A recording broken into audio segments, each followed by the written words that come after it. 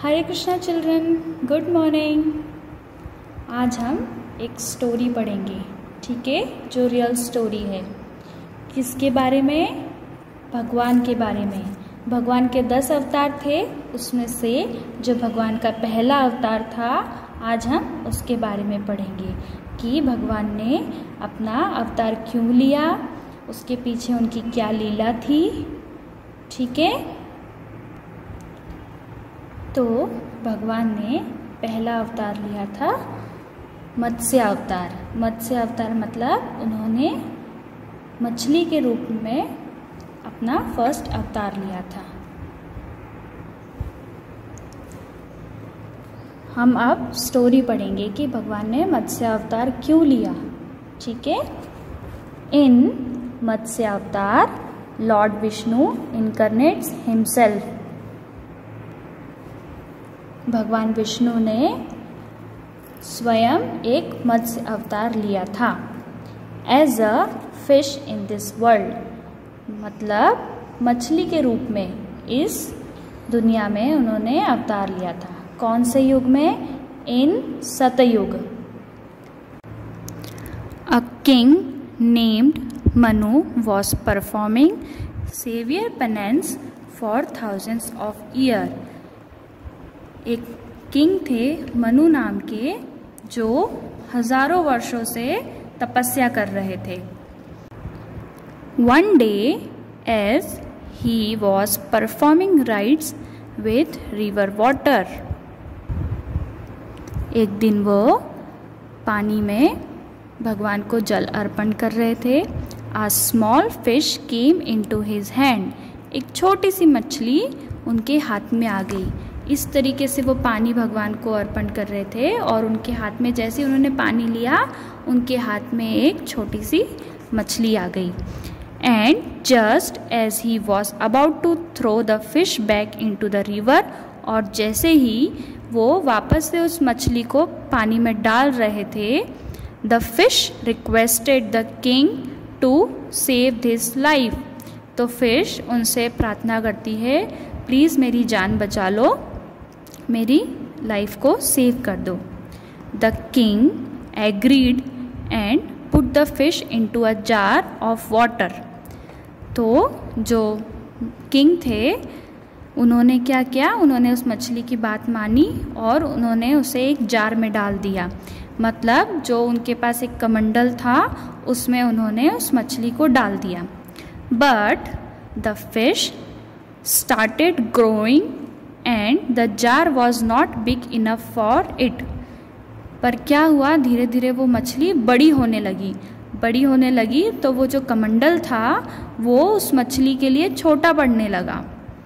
Then the king put it into the river. फिर king ने क्या किया? उन्होंने उस मछली को नदी में डाल दिया। But it soon outgrew the river and the king then put it into Ganga.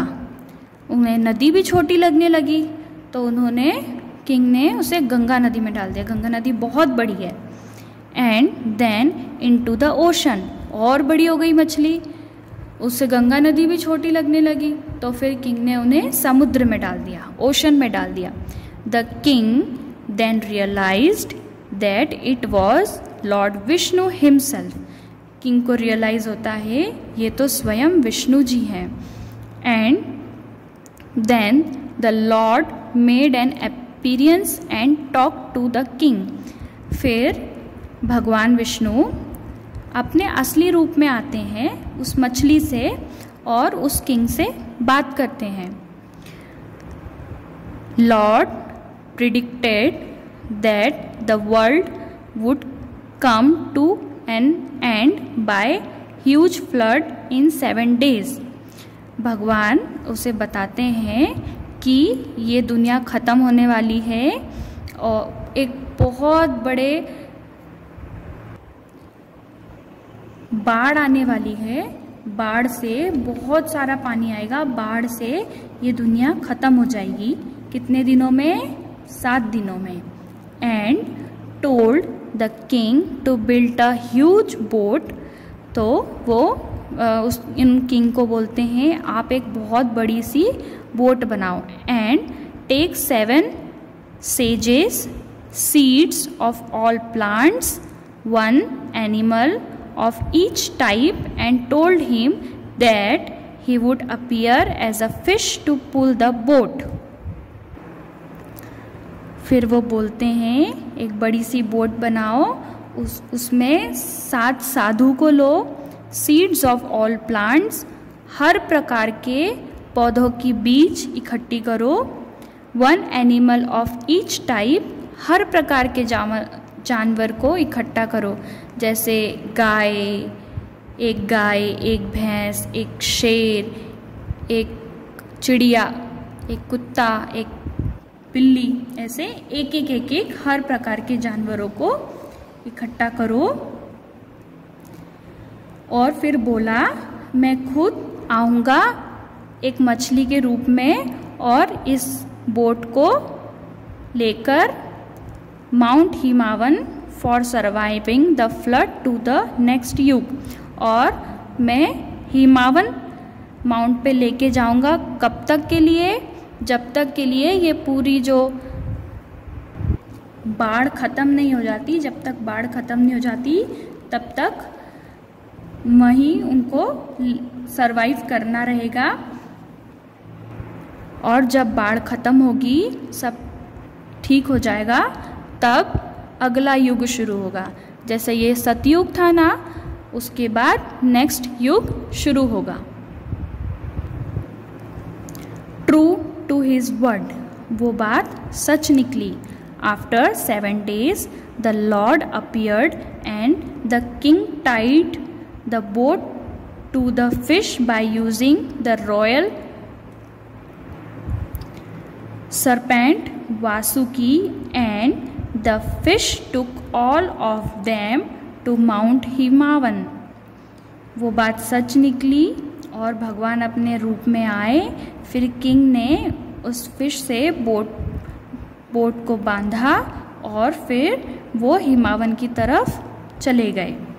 And kept them there till the flood was over, तब तक वहाँ पे रखा जब तक ये बाढ़ ख़त्म नहीं हो गई। The king started preparation for the next era, तो फिर जो किंग थे, किंग मनु थे, वो फिर दूसरे युग की तैयारी करने लगे। अगले युग में पहले मनुष्य कौन थे? किंग मनु। अब हम एक वीडियो देखेंगे। ये जो स्टोरी मैंने बताई है, ये आप वीडियो के माध्यम से देखिए और समझिए कि मत्स्य अवतार भगवान ने क्यों लिया और उसकी क्या लीला थी भगवान की मत्स्य अवतार लेने के लिए। मत्स्य अवतार। There are but a few days left for Pralay. He saw the royal sage Satyavrat, a staunch devotee, offering water to the maize. As Satyavrat scooped up the next handful of water, oh, poor creature. How frightened it must be. I'll drop it back into the river. Oh, kind king, don't throw me back into the water. Don't fear, little one. I'll certainly protect you. He put the fish into his kamandalu and took it to his hermitage. That night, the fish grew and grew till it filled the whole kamandalu. In the morning, when Satyavrat went to see him, Oh, king, this kamandalu is too small. Please find a more spacious vessel for me.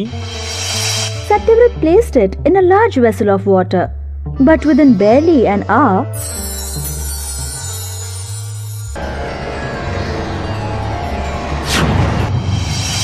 Satyavrat pushed the vessel to a large pond near the hermitage and tipped the fish into it. But in no time, the fish grew till it filled the whole pond. Oh, king, lead me to a large and deep lake. I'll die if I remain here. I need more water. Oh, king, you are bound to provide it.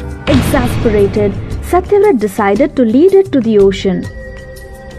But Satyavrat now became suspicious. Who are you? Could you be... You are Lord Vishnu. Please forgive me. Satyavrat, 7 days from now, ocean will rise for the dissolution of creation. All the 3 worlds will be submerged. I'll send a spacious boat to rescue.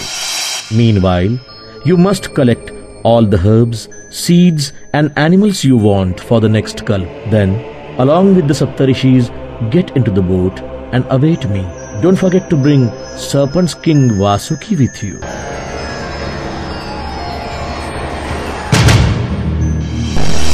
Seven days later, huge clouds gathered and the rain poured down in torrents. The ocean began rising and huge tidal waves began swallowing the earth.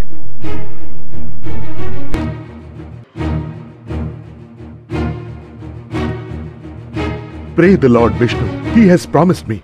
He'll come to save us. As advised by the fish, Satyavrat and the Saptarishis waited on the shores. Look out! There comes the boat as the Lord had promised. Be prepared. As soon as the vessel touched the shores, Satyavrat, along with the Saptarishis and the selected creatures, boarded it. As their boat was tossed about by the turbulent ocean, they suddenly saw the golden fish with horn approach them. Hurry up! Fasten the vessel to my horn using Vasuki as a rope. Do not fear. All of you will be saved. Vishnu taught Satyavrat and the Saptarishis the highest form of truth which has come down to us as a collection of Puranic lore called the Matsya Puran. Thus did Vishnu save true devotees from dissolution so that they might carry divine knowledge to the next kalp. Thank you. Hare Krishna.